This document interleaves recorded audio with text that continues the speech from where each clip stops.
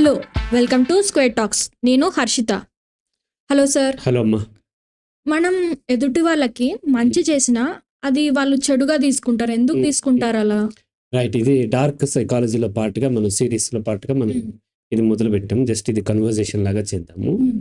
చాలాసార్లు చాలామంది గొప్ప గొప్ప మహాత్ముల్ని కూడా కొంతమంది ద్వేషిస్తూ ఉంటారు. మహాత్మా గాంధీని ద్వేషించే వాళ్ళు ఉంటారు, లేకపోతేనేమో ఆమె పేరేంటి, మదర్ తెరీసాని ద్వేషించే వాళ్ళు ఉంటారు. గొప్ప గొప్ప వాళ్ళు కూడా విపరీతమైన ద్వేషిస్తూ ఉంటారు. అలాగే చాలాసార్లు మనం ఎంత మంచి చేసినప్పటికీ, అంటే చాలామంది మంచి చేసినప్పటికీ వాళ్ళని కొంతమంది విపరీతంగా ద్వేషిస్తూ ఉంటారు. సహజంగా మనం కూడా చూస్తూ ఉంటాం. వాళ్ళకి ఏం చెడు చేయము. ఒక్కసారి మనం కొన్ని మంచి చేసి ఒక చెడు జరిగితే ద్వేషించడం వేరు. చెడు సహజంగా పెద్దగా కనిపిస్తుంది కాబట్టి వాళ్ళు ద్వేషించడం వేరు. అలా కాకుండా అసలు చెడే చెయ్యం మనం. చెడు చేయనప్పటికీ వాళ్ళు విపరీతంగా మనల్ని ద్వేషిస్తూ ఉంటారు. రైట్? సో ఇటువంటిది ఎందుకు జరుగుతూ ఉంటుంది అని అంటే, సహజంగా మనుషుల్లో ఉండేటువంటి ఇన్సెక్యూరిటీ. మనిషి యొక్క నేచర్ ఏంటి అంటే భయం వలన ఆలోచన వస్తూ ఉంటుంది. భయం లేకపోతే ఆలోచన లేదు. ఆలోచన అంటే ఏంటి? ఏదో ఒక సమస్య ఉంది, ఆ సమస్యకు పరిష్కారము కనుక్కోవటం కోసం మనము బ్రెయిన్లో ఉన్న ఇన్ఫర్మేషన్ని, తనకు దొరికినటువంటి ఇన్ఫర్మేషన్తో సెర్చ్ చేస్తూ ఉన్నాం. దానికి రకరకాల కాంబినేషన్లు చూస్తూ ఉంటాం. ఇప్పుడు మీరు ఇక్కడి నుంచి ఖైరతాబాద్ వెళ్ళాలి, వర్షం పడుతుంది, ఎలా వెళ్ళాలి, అర్జెంట్ ఉంది అన్నప్పుడు రకరకాల కాంబినేషన్లు మీ బ్రెయిన్లో గొడుగు తెచ్చుకోవచ్చు, క్యాబ్ బుక్ చేయొచ్చు. ఆటోలో వెళ్తే సైడ్ నుంచి వర్షం పడే అవకాశం ఉంటుంది, క్యాబ్ అయితే రేట్ ఎక్కువ అవుతుంది, 2-వీలర్ ర్యాపిడో అయితే తడిసిపోతాము.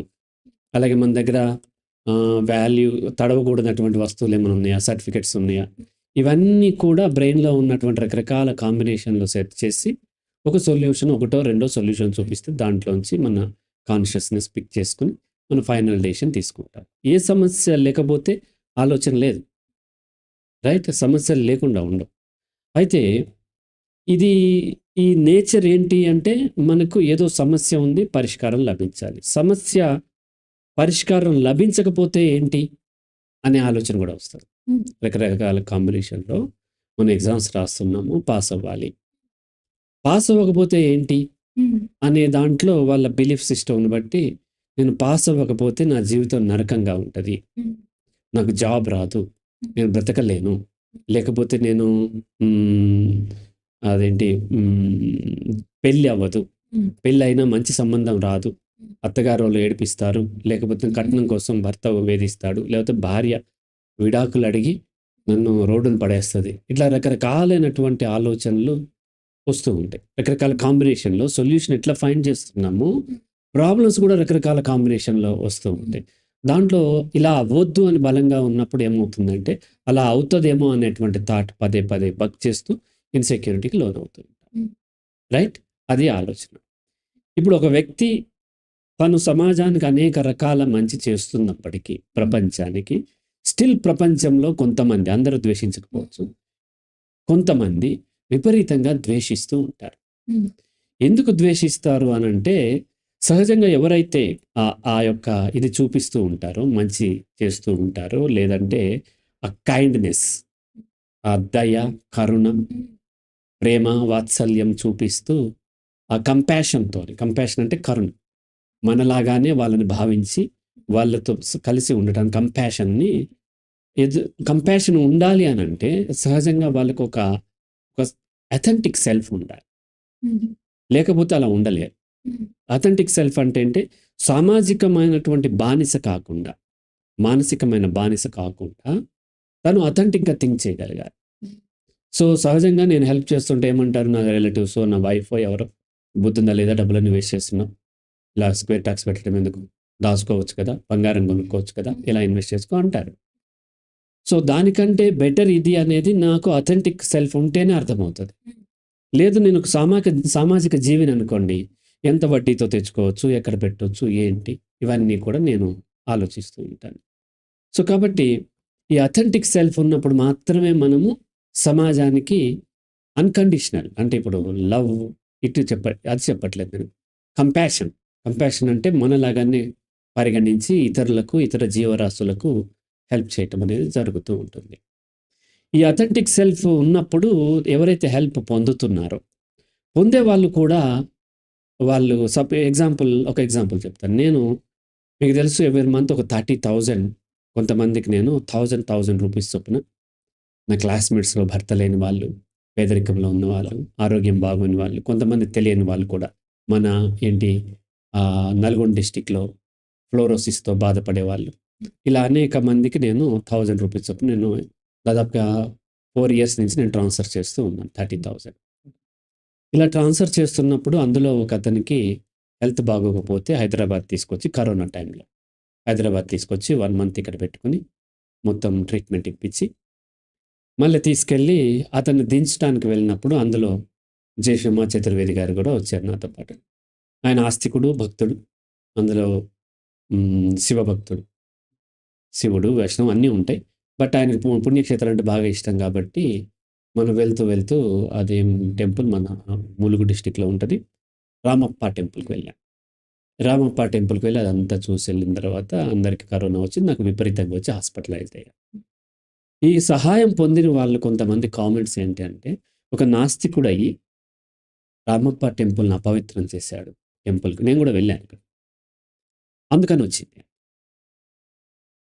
దీన్ని జాగ్రత్తగా ఎనలైజ్. సో, వాళ్ళు సహాయం పొందారు కదా! సహాయం పొందినప్పటికీ ఏమవుతుందంటే మనుషులు సహాయాన్ని ఏమి వాళ్ళు ద్వేషించట్లేదు. ఆ సహాయం చేసే గుణాన్ని కూడా ద్వేషించట్లేదు. కానీ ఏమవుతుందంటే వాళ్ళు దేనికైతే నువ్వు రిప్రజెంట్ చేస్తున్నావో, ఏ ఐడెంటిటీ నీకుందో, ఆ ఐడెంటిటీ కాన్ఫ్లిక్ట్ ఉన్నప్పుడు, నువ్వు ఆ గ్రూప్‌కి చెందనప్పుడు, ఆపోజిట్ గ్రూప్‌లో ఉండి అంటే వాళ్ళు అంగీకరించినటువంటి గ్రూప్‌లో ఉండి, వాళ్ళకి కూడా సహాయం చేసే స్థితిలో ఉన్నప్పుడు, కంపాషన్ మనలో ఉన్నప్పుడు, వాళ్ళకి ఒక విధమైనటువంటి ఇన్‌సెక్యూరిటీ పెరిగిపోతది. ఎందుకు? తను మారిపోవాల్సొస్తది. ఇప్పుడు ఏ అనే వర్గం ఉంది, బి అనే వర్గం ఉంది. ఏ అనే వర్గం ఏం నమ్ముతుందంటే బి అనే వర్గం అనేది తప్పు. అలా చేయటం వల్ల జీవితం బాగుపడుతూ అందరి జీవితాలు నాశనం అవుతాయి. ఏ అనేది మాత్రమే మంచిది అని మనము నమ్ముతూ ఉన్నప్పుడు, బి అనే వర్గంలో ఉన్నవాడు ఏకి ఆపోజిట్ ఉన్నవాడు, బి వర్గంలో తను పని చేస్తూ, తను ఎదిగి ఆర్థికంగా, సామాజికంగా, మానసికంగా ఇలా ఎదిగిన తర్వాత ఆ ఏ వర్గంలో తన ఆపోజిట్ వర్గంలో ఉన్నోడికి హెల్ప్ చేస్తున్నప్పుడు, ఆపోజిట్ వర్గంలో ఉన్న హెల్ప్ తీసుకున్నప్పటికి ఒక ఇన్‌సెక్యూర్‌లోకి వెళ్ళిపోతారు. ఎందుకంటే ఇది కంటిన్యూ అయితే నేను ఈ వర్గం నుంచి నేను వర్గం మీద ఉన్నటువంటి ఆ పాజిటివ్ బిలీఫ్ ఏదైతే ఉందో, అది గొప్పది అనేది, లేదా అది పనిచేస్తదనేది, అది వీకెన్ అయిపోతుంది. తను దాంతో ఐడెంటిఫై అవుతూ ఉంటారు. ప్రతి మనిషి ఏదో ఒక దాంతో ఐడెంటిఫై అవుతూ ఉంటారు. నేను ఒక సైకాలజిస్ట్‌గా ఐడెంటిఫై అవుతాను. లేకపోతే ఎగ్జిస్టెన్షియలిస్ట్‌గా. ఇంకొకరు మరొక పొలిటీషియన్‌గా ఐడెంటిఫై అవుతారు. ఇంకొకరు మంచి డబ్బున్నవాడుగా ఐడెంటిఫై అవుతాడు. ఇంక ఏమీ లేని వాళ్ళు పవన్ కళ్యాణ్ ఫ్యాన్‌గా, లేకపోతే మహేష్ బాబు ఫ్యాన్‌గా, ఇంకొకరు మోడీ ఫ్యాన్‌గాను, ఇంకొకరు కమ్యూనిస్ట్ గాను, ఇంకొకరు కాంగ్రెస్‌లో రేవంత్ రెడ్డి ఫ్యాన్ గాను, ఇంకొకరు ఉద్యమకారుడుగా. మాకొక ఫ్రెండ్ ఉండేవారు. ఆయన ఏం చేస్తున్నాడు? ఉద్యమం చేస్తున్నా అనేవారు. అలా ఒక ఐడెంటిటీ ఏదో ఒకటి తెంచుకున్న దాంట్లో బలంగా ఒక ఐడెంటిటీని ఏర్పరచుకున్న తర్వాత, ఆ ఐడెంటిటీలో తనకు లాభం రాకపోగా, తన ఆపోజిట్ ఐడెంటిటీతో ఉన్నతను, తను ఎదిగి తనకే సహాయం చేసే స్థితిలో ఉన్నటువంటి ఒక ఇన్ఫీరియారిటీ వస్తుంది. ఈ కండిషన్‌లో ఉంటే తన ఐడెంటిటీ వీక్ అయిపోతూ ఉంటుంది. తన ఐడెంటిటీని వదిలేసి అపోజిట్ వర్గాన్ని అంగీకరించాల్సొస్తదేమో అనేటువంటి భయం పెరుగుతుంది. ఆ భయంలో చిన్న అవకాశం దొరికినా సరే, వెంటనే తనకు సహాయం చేసే వాళ్ళని అటాక్ చేసేస్తాం. ఇక్కడేమన్నానంటే మనం చాలా సార్లు ఏమంటాం మనకు వెల్ విషర్స్ ఉంటారు. నెక్స్ట్ వచ్చేసి మనం కొంతమంది మనల్ని హేట్ చేసేవాళ్ళు ఉంటారు. హేట్ చేసే వాళ్ళతో ఎప్పుడూ అప్రమత్తంగానే ఉంటాం. కానీ మన బెనిఫిషియరీ అంటే మనం హెల్ప్ చేస్తున్న, హెల్ప్ పొందిన బెనిఫిషియరీ ఉంటారు కదా! వాళ్ళ పట్ల కూడా అప్రమత్తంగా ఉండాలి. వాళ్ళ పట్ల మనం సహజంగా ఏం కోరుకుంటాము? మన ప్రేమ చూపిస్తే ప్రేమ లభిస్తది. కరుణ చూపిస్తే కరుణ లభిస్తది. దయ చూపిస్తే దయ లభిస్తది అనుకుంటాం. నో. అన్ని సార్లు అట్లా లభించదు. కొన్నిసార్లు మీరు కరుణ, దయ చూపించినప్పుడు ఈర్ష్య లభించే అవకాశం ఉంటుంది కౌంటర్‌గా. కౌంటర్‌గా పగ రగిలిపోతూ ఉంటారు. అటువంటి వాళ్ళేంటంటే ఎందుకు రగిలిపోతున్నారంటే వాళ్ళ ఐడెంటిటీ దెబ్బతింటుంది. నేను కాదన్నటువంటి ఫిలాసఫీ లేదంటే నేను కాదన్నటువంటి ఐడెంటిటీతోని తను పెరిగి ఈరోజు నాకే హెల్ప్ చేస్తున్నాడు అనే దాంతోని మనసులో లోపల దాచుకుంటూ ఉండి లోపల ద్వేషిస్తూ ఉంటారు. ఆ ద్వేషం రకరకాలుగా బయటపడుతూ ఉంటుంది. ఇట్లాంటి అవకాశం వచ్చినప్పుడు కామెంట్లు చేయటము. లేదంటే ఇదంతా కూడా అతను ఈ కరుణ, దయ అంతా కూడా ఫేక్. తను వేరే లాభం పొందటం కోసం చేస్తున్నాడు. పాలిటిక్స్‌లోకి వస్తం కోసం చేస్తున్నాడు. లేకపోతే మరొకటి ఏదో చేస్తం కోసం చేస్తున్నాడు. చూసారంటే 'సోనూ సూద్' సినిమా హీరో ఉన్నాడు. విలన్ క్యారెక్టర్‌లో ఏస్తూ ఉంటాడు. నార్త్ ఇండియన్ అతను. అది మహారాష్ట్రియన్ అనుకుంటా. ఆయన కరోనా టైంలో విపరీతంగా చాలా మందికి హెల్ప్ చేశాడు. వెంటనే కొంతమంది కౌంటర్‌గా అతనికి ఎలా వచ్చిందో మనకు తెలీదు. కానీ వెంటనే కౌంటర్ కాన్స్పిరసీ థియరీస్ అతనికి చైనా సహాయం చేస్తుంది. లేకపోతే కాంగ్రెస్ సహాయం చేస్తుంది. బీజేపీ సహాయం చేస్తుంది. రేపొద్దున అతను పాలిటిక్స్‌లోకి వచ్చేటువంటి అవకాశం ఉంది. అందుకని ఇప్పుడు తన ప్లాట్‌ఫార్మ్ బిల్డ్ చేసుకుంటున్నాడు. ఇయన్నీ కాన్స్పిరసీ థియరీస్. ఇట్లా అతని దగ్గర ఏదో ఒక అనుమానాస్పదమైనటువంటి ఒక దాన్ని వాళ్ళు ఇంపోజ్ చేసే అవకాశం ఉంటది. ఎక్కువగా చేస్తే. ఎందుకు? వీళ్ళకి యాక్చువల్లీ ఆ పొజిషన్ కావాలి. తన ఐడెంటిటీతో కావాలి. ఆ పొజిషన్ ఏదైతే ఉందో ఆ పొజిషన్ వీళ్ళకి కావాలి. తన ఐడెంటిటీతో కావాలి. అది సాధ్యపడట్లేదు. అతను అథెంటిక్ సెల్ఫ్‌తోనే ఓపెన్‌గా ఉంటున్నాడు. ఉంటున్నప్పుడు వీళ్ళంత ఓపెన్‌గా లేరు. లేనప్పుడు వీళ్ళేం చేస్తారు ప్రొజెక్ట్ చేసుకుంటారు. వీళ్ళ యొక్క పర్సనాలిటీని ఎదుటి వ్యక్తి పర్సనాలిటీతోని ప్రొజెక్ట్ చేసుకొని అతనిలో కూడా అథెంటిక్ లేకుండా వీళ్ళకి తెలీదు అసలు అథెంటిక్ సెల్ఫ్ అంటే ఏంటని తెలియదు. వీళ్ళు సోషల్ బీయింగ్‌గా ఉంటారు. ఉండి నాకులాగానే ఆలోచిస్తున్నాడు కానీ తను ఏదో ఒక మ్యానిపులేటివ్‌ది మొదలుపెట్టాడు. అందువల్ల అతనికి ఆ సక్సెస్ వచ్చింది. లేదంటే అతను ఆ హెల్ప్ చేసే స్థితికొచ్చి యాక్చువల్‌గా వీళ్ళ దగ్గర కూడా ఎక్కువ డబ్బుంటుంది. కానీ వీళ్ళు సహాయం చేయరు. అతని దగ్గర ఏం డబ్బు ఉండదు. కానీ అతను సహాయం చేస్తూ ఉంటాడు. కానీ వీళ్ళేమనుకుంటారు వీళ్ళకి ఎక్కడి నుంచో లభిస్తుంది. చాలా సార్లు జర్నలిస్టుల మీద కూడా ఈ అపవాదం వస్తూ ఉంటుంది. ప్రభుత్వాన్ని ప్రశ్నిస్తూ ఉంటారు. వాళ్ళు పేద జర్నలిస్టులే ఉంటారు. లేదంటే కొంతమంది మానవ హక్కుల కార్యకర్తలు, లేకపోతే మేధావులు ప్రభుత్వం ఏదున్నా సరే అందులో జరిగే అన్యాయాన్ని ప్రశ్నిస్తున్నప్పుడు వెంటనే అవతల సహాయం పొందిన వాళ్ళు కూడా వాళ్ళ చేత సహాయం పొందిన వాళ్ళకి వీళ్ళకి ఎక్కడి నుంచో ఫండింగ్ వస్తుంది. డీప్ స్టేట్ ఫండింగ్ చేస్తుంది. చైనా ఫండింగ్ చేస్తుంది. లేకపోతే మరొకటి ఏదో భారతదేశానికి వ్యతిరేకమైన పాకిస్తాన్. పాకిస్తాన్ యొక్క ఎకనామిక్ కండిషన్ ఏంటి? వాళ్ళు ఎక్కడి నుంచి ఫండింగ్ చేయగలుగుతారు? ఇలా ఫండింగ్ చేస్తున్నారని కాన్స్పిరసీ థియరీలు చెప్తూ ఉంటారు. అది వ్యతిరేక వర్గం వల్లే కాదు. ఈవెన్ వ్యతిరేక వర్గంలో ఉండి వీళ్ళ వల్ల బెనిఫిట్ పొందిన వాళ్ళు కూడా తర్వాత అందుకని చెప్తూ ఉంటాం కదా! పాముకి పాలు పోసిన విషం కక్కుతూ ఉంటుంది. హ్మ్. అయితే ఆ అథెంటిక్ సెల్ఫ్ ఉన్నవాళ్ళు విషం కక్కుతుందని తెలిసినా సరే చేస్తూ ఉంటారు. హ్మ్. రైట్? సో, కాబట్టి ఎందుకు అనంటే వాళ్ళు రిటర్న్ దయ ఎక్స్‌పెక్ట్ చేయట్లేదు. వాళ్ళు ఆ కంపాషన్ ఎక్స్‌పెక్ట్ చేయట్లేదు. వాళ్ళు ఎలాగైనా ఉండదు. నా పని సహాయం చేయటం. వాళ్ళు కష్టంలో ఉన్నారు కాబట్టి శత్రువుకు కూడా సహాయం చేస్తూ ఉంటారు. కానీ వీళ్ళు ద్వేషించడానికి కారణం ఏంటంటే వాళ్ళు ఆపోజిట్ వర్గంలో ఐడెంటిటీతో ఉన్నారు కాబట్టి వాళ్ళు ఆ ఐడెంటిటీతోని నాకిలా సహాయం చేస్తూ ఉంటే నా యొక్క మొరాలిటీ దెబ్బతింటుంది. వచ్చేసి నేను వాళ్ళ వర్గంలో ఉన్న ఫిలాసఫీని ఎక్కడ యాక్సెప్ట్ చేయాల్సొస్తదో, ఆ ఐడెంటిటీ గొప్పదని ఎక్కడ అనాల్సొస్తదో అన్న కారణం చేత ఏం చేస్తూ ఉంటారంటే సహజంగా ఆ సహాయం చేసిన వాళ్ళని కూడా ద్వేషిస్తూ ఉంటారు. చాలామంది పేరెంట్స్ కూడా తమ కిడ్స్‌కి కౌన్సెలింగ్ ఇప్పించినప్పుడు వాళ్ళు సహజంగా ఏం కోరుకుంటారంటే వాళ్ళు చెప్పినట్టుగా తమ కిడ్స్ వినాలి. డార్క్ సైకాలజీ వాళ్ళు ఒక గిల్ట్‌లోకి, గ్యాస్ లైటింగ్ ఇటువంటివి చేసిన తర్వాత దానివల్లే ప్రాబ్లమ్ అని తెలుసుకున్నవి ఈ సైకాలజిస్ట్ నాలాంటి సైకాలజిస్టులు ఎప్పుడైతే హెల్ప్ చేస్తూ ఉంటారో, అప్పుడు వాళ్ళేం చేస్తారంటే అది తప్పు. సహాయం పొందడానికి వాళ్ళన్నీ కూడా చేస్తూ ఉంటారు. స్టిల్ అది తప్పు. వాళ్ళకేం కావాలి? వాళ్ళ పిల్లలు ఆ ప్రాబ్లమ్ నుంచి బయటపడాలని ఉంటది. కానీ వాళ్ళ అపోజిట్ ఐడియాలజీతో కాదు. వాళ్ళ ఐడియాలజీతోని. తల్లిదండ్రులు దేవుళ్ళు, గురువులు దేవుళ్ళు, లేకపోతే పూజ చేస్తే మంచి జరుగుతది. ఈ ఐడియాలజీతోని బాగుపడాలని ఉంటది వాళ్ళ పిల్లలకు కూడా. సహాయం పొందుతూ ఉంటారు. స్టిల్ ఆ సహాయం చేసిన అతను దుర్మార్గుడు. సహాయం ఓకే. బట్ సహాయం చేసిన అతను మ్యానిపులేట్ చేస్తున్నాడు. సహాయం చేసిన అతనికి వేరే దగ్గర నుంచి ఫండింగ్ వస్తుంది. ఈ ఫోటోలు అయన్నీ ఎక్కడో పెడితే అమెరికా నుంచో, ఆస్ట్రేలియా నుంచో ఎక్కడి నుంచో ఫండింగ్ వస్తూ ఉంటది. లేకపోతే మరొకరు ఎవరో చేస్తూ ఉంటారు. లేకపోతే ఇది ఇంకొక బిగ్ స్ట్రాటజీ ఉంది. ఇతను దీంతోని మరింత బిజినెస్ చేస్తాడు. ఇటువంటి కాన్స్పిరసీ అని కూడా మాట్లాడే అవకాశం ఉంటది. ఇది మనము కొన్నిసార్లు మంచి చేసినప్పటికీ, కొన్నిసార్లు అంటే ఎప్పుడు కూడా అందులో కొంతమంది ఆ సహాయం పొందని వాళ్ళు ఓకే. ఎట్లాగో ద్వేషిస్తారు. కాంపిటీటర్లు ద్వేషిస్తారు గదా! నన్ను గూడా కాంపిటీటర్ సైకాలజిస్ట్‌లు నన్ను ద్వేషిస్తూ ఉంటారు. అలాగే పొందిన వాళ్ళు కూడా కొంతమంది ద్వేషించే అవకాశం ఉంటది. ఇది డార్క్ సైకాలజీ. అంటే ఒక హ్యూమన్ నేచర్ అది. సహజంగా మనం ఏం చేస్తాము? సహాయం చేస్తే సహాయం పొందుతామనే ఆశతో చేస్తాం. అట్లా ఎప్పుడు కూడా చేయొద్దు. అందుకే చెప్తాను. మీరు ఎవరికైనా సహాయం చేయదలుచుకున్నప్పుడు తిరిగి వస్తది అనేటువంటి దాంతో చేయొద్దు. వస్తే ఓకే. రాకపోయినా ఓకే. రాకపోగా అటాక్ చేసే అవకాశాలు గూడా ఉంటాయి.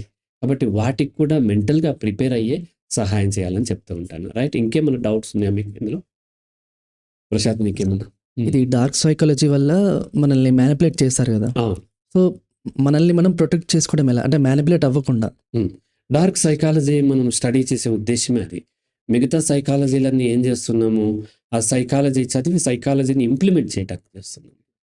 డార్క్ సైకాలజీ స్టడీ చేసేది ఇంప్లిమెంట్ చేయటం కోసం కాదు, ప్రొటెక్ట్ చేసుకోవటం కోసం. డార్క్ సైకాలజీలో ఏం చేస్తారు? మ్యానిపులేషన్ చేస్తూ ఉంటారు. నార్సిసిజం ఉంటుంది, లేదంటే గ్యాస్ లైటింగ్ ఉంటుంది. ఇట్లా రకరకాలుగా బ్లేమ్ చేస్తానికి వాళ్ళు ఆ యొక్క దీన్ని అంటే అపరాధ భావంలోకి నెట్టేయటము, లేకపోతే అధికారంతో మిమ్మల్ని భయపెట్టడం ఇవి చేస్తూ ఉంటారు. ఇటువంటివి ఉంటది అనే అవేర్‌నెస్ పెరిగినప్పుడు మనము దానికి మెంటల్లీ ప్రిపేర్ అయి ఉంటాం కాబట్టి దానికోసం ఈ డార్క్ సైకాలజీ చదువుతున్నాము. కాబట్టి వాళ్ళు అట్లా చేస్తున్నందుకు దాని నుంచి ఆ బారిన పడకుండా ఉండటం కోసం ఇప్పుడు గ్యాస్ లైటింగ్ బారిన పడకుండా ఉండాలి. అంటే ఏం చేయాలి? వాళ్ళు చెప్పిన మనము అన్‌బయాస్డ్‌గా మన పట్ల మనం విమర్శను తీసుకోవాల్సి ఉంటుంది. ఇందాక మనము ఆస్కెచ్చార్‌లో చెప్పాం. ఎప్పుడైతే బయాస్డ్‌గా ఉన్నామో వాళ్ళు అథెంటిక్ సెల్ఫ్ లేదు. వాళ్ళకేమో సోషల్ బీయింగ్స్ అయిపోయారు. అప్పుడు వెంటనే ఏం చేస్తారు? పొగిడినయన్ని పాజిటివ్‌గా తీసుకుంటారు. క్రిటిసైజ్ చేసినయన్ని వెంటనే నెగెటివ్‌గా తీసుకుంటూ ఉంటారు. అట్లా కాకుండా అన్‌బయాస్డ్‌గా చేసి సమాజాన్ని ప్రాక్టికల్‌గా అర్థం చేసుకోవాలి. కొంతమంది ఇంటెన్షనల్లీ మిమ్మల్ని డ్యామేజ్ చేయాలని చూస్తారు. కొంతమందికి ఆ ఇంటెన్షన్ లేకపోయినా వాళ్ళ వల్ల డ్యామేజ్ జరగొచ్చు. కొంతమంది మిమ్మల్ని బాగు చేయటం కోసం కూడా మిమ్మల్ని విమర్శిస్తూ ఉంటారు. అందరూ విమర్శను ఒక విధంగా తీసుకోవద్దు. సో, ఇదెప్పుడు చేయగలుగుతాము? ఎవరు ఇంటెన్షనల్లీ చేస్తున్నారు? ఎవరు బాగు చేయాలనే ఉద్దేశ్యంతో మనల్ని విమర్శిస్తున్నారు అనేది మన అన్‌బయాస్డ్‌గా మనకి ఉన్నట్టు. మన పట్ల బయాస్డ్ థింకింగ్ ఉండకూడదు. సహజంగా ఏంటంటే మనిషి దేన్నైనా చక్కగా అనలైజ్ చేయగలడు. బట్ తన సెల్ఫ్‌ని అనలైజ్ చేయడం కష్టమవుతుంది. ఎందుకంటే ఆటోమేటిక్‌గా బయాస్డ్ వచ్చేస్తది. ఇప్పుడు ఈ చైర్‌ని మనం అనలైజ్ చేయాలంటే మీకు నాకు చైరే. కానీ హరి రాఘవన్ నన్ను అనలైజ్ చేయాల్సొచ్చినప్పుడు నా నెగెటివ్స్‌కి తక్కువ మార్కులు ఇస్తాను. పాజిటివ్‌కి ఎక్కువ ఇచ్చేస్తాను. సేమ్ ఇదే క్వాలిటీ నా అపోజిట్‌లో ఉన్నప్పుడు దానికి నెగెటివ్‌కి ఎక్కువ ఇచ్చి, పాజిటివ్‌కి తక్కువ ఇచ్చే అవకాశాలు ఉంటాయి. ఎందుకంటే సెల్ఫ్ ఉంటది కాబట్టి. అందుకనే ఒక సేయింగ్ ఉంది. Thank God at last I have a self. I stand on 12 cells అంట. అంటే సెల్ఫ్ ఎప్పుడు మారిపోతూ ఉంటుంది. మార్నింగ్ నేను అది ఇది అని చెప్పాను. మధ్యాహ్నం ఇంకో విధంగా చెప్పాను. సాయంత్రం ఇంకో విధంగా చెప్పాను. కానీ చివరికి ఏది కూడా నిజం కాదు. మారిపోతూ ఉంటుంది. ఆ గాడ్‌కి చెప్తూ ఉన్నాం అనమాట. గాడ్ అంటే నిజం గాడ్ అని కాదు. కనీసం ఒకటన్నా ఉందని అంట.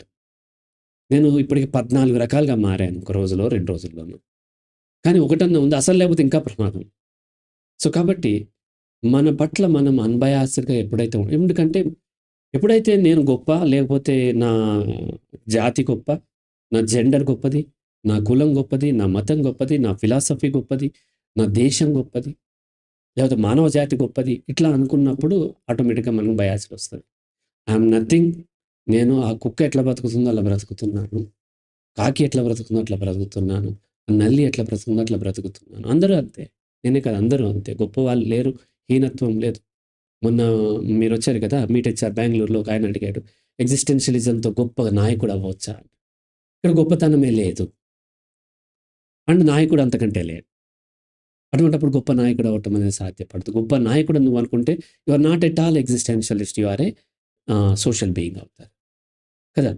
సో, కాబట్టి ఎప్పుడైతే మనము నథింగ్, ఎవ్రీవన్ ఈజ్ నథింగ్. నేను నథింగ్ అందరూ గొప్పోళ్ళు అనట్లేదు. That is different. అది కాదు.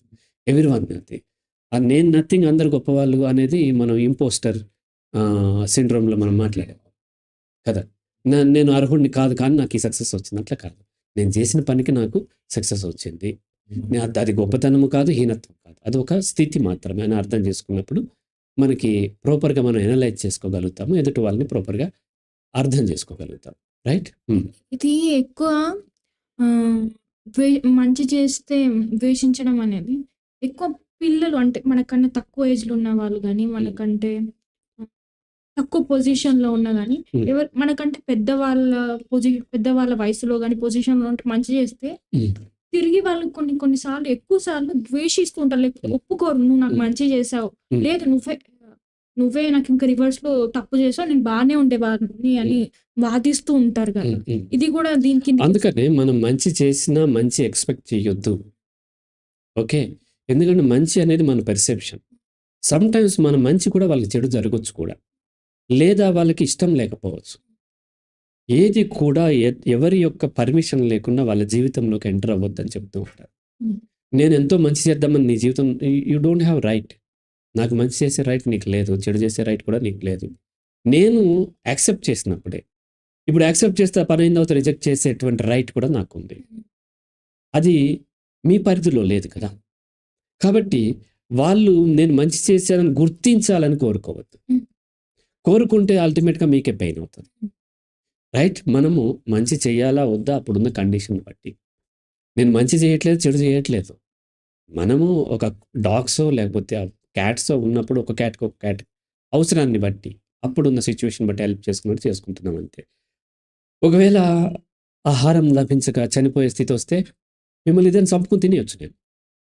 ఆ కండిషన్‌ని బట్టి ఉంటుంది. కాబట్టి ఆ కండిషన్‌లో నాకు లభించింది కాబట్టి నేను చేస్తున్నాను. ఇంకో కండిషన్‌లో నాకు లభించకపోవచ్చు. వాళ్ళకి లభించొచ్చు. వాళ్ళు కూడా చేయొచ్చు, చేయకపోవచ్చు. కాబట్టి డోంట్ ఎక్స్‌పెక్ట్ రిటర్న్స్ ఎక్స్‌పెక్ట్ చేసి ఏది చేయొద్దు. Not only that. Returns expect చేసి, రిజల్ట్స్ ఎక్స్‌పెక్ట్ చేసి చదవద్దన్నాను నేను. పాస్ అవుతాననో, లేకపోతే ర్యాంక్ వస్తుందని చదవొద్దు. చదవాలంటే చదవండి, లేకపోతే లేదంతే. అలాగే ఇతరులకు హెల్ప్ చేసేటప్పుడు కూడా ఎక్స్‌పెక్ట్ చేసి చేయొద్దు. వాళ్ళు కూడా ఎక్స్‌పెక్ట్ చేసి చేసినా మీరు ఏమాత్రము దానికి తగ్గట్టుగా లాయల్‌గా ఉండాల్సిన అవసరం లేదు. ఎవరికీ లాయల్‌గా ఉండాల్సిన అవసరం అంటే వాళ్ళే వచ్చి అడిగినా ఒకవేళ మనం మంచి చేసినా గూడా, "నువ్వు సరిగ్గా చేయలేదు." హ్మ్. నాకు చేతనైనంత చేశాను. నా వల్ల ఇంతే అవుతుంది. హ్మ్. ఎందుకంటే ఏం లేదు. ఒక్కొక్కసారి ఏమవుద్దంటే, అతను ఎవరో హెల్ప్ కావాలంటాడు. అప్పు కావాలంటాడు. సరే నేను ట్రై చేస్తానంటాడు. మన మీద భరోసాతో అతను ఇంకా వేరే ఏం ట్రై చేసుకోలే. నేను ఎక్కడ కుదరలేదు. నాకు దొరకలేదు. లాస్ట్ మినిట్‌లో అన్నాడు. వాళ్ళ వైఫ్ సర్జరీ ఉంది. అదే ముందు చెప్పినట్లయితే తను వేరే దగ్గర ట్రై చేసుకునేవాడు. లాస్ట్ మినిట్‌లో నాకు నిజంగా కూడా దొరకలేదు. నేను చేతులెత్తేసాను. వాళ్ళ వైఫ్ చనిపోయింది. ఇప్పుడు అతని పెర్సెప్షన్ ఎలా ఉంటది? అదేదో ముందే చెప్తే నేను ఎక్కడో వెతుక్కునేవాడిని కదా! లేకపోతే నా బ్లడ్డో ఏదో ఇచ్చి బతికించుకునేవాడిని కదా! అని ఏదో తను అనుకుంటాడు కదా! కాబట్టి అది పెర్సెప్షన్ మాత్రమే. మన పెర్సెప్షన్ మనం మంచి చేద్దామని ట్రై చేశాం కదా! కావచ్చు. అతనికి అది మంచి జరగలేదు. హ్మ్. ఒక్కొక్కసారి మంచి జరిగినా సరే దాన్ని రికగ్నైజ్ చేయాల్సిన అవసరం కూడా లేకపోవచ్చు. అది మన పరిధిలో లేదు కదా! ఎగ్జిస్టెన్షియలిజంలో లిమిటేషన్ అనేది చాలా ఇంపార్టెంట్. మీ పరిధిలో ఉన్న కాయిన్స్ మాత్రమే మీరు కదపాలి తప్ప మీ పరిధిలో లేనిది కదపొద్దు. రైట్?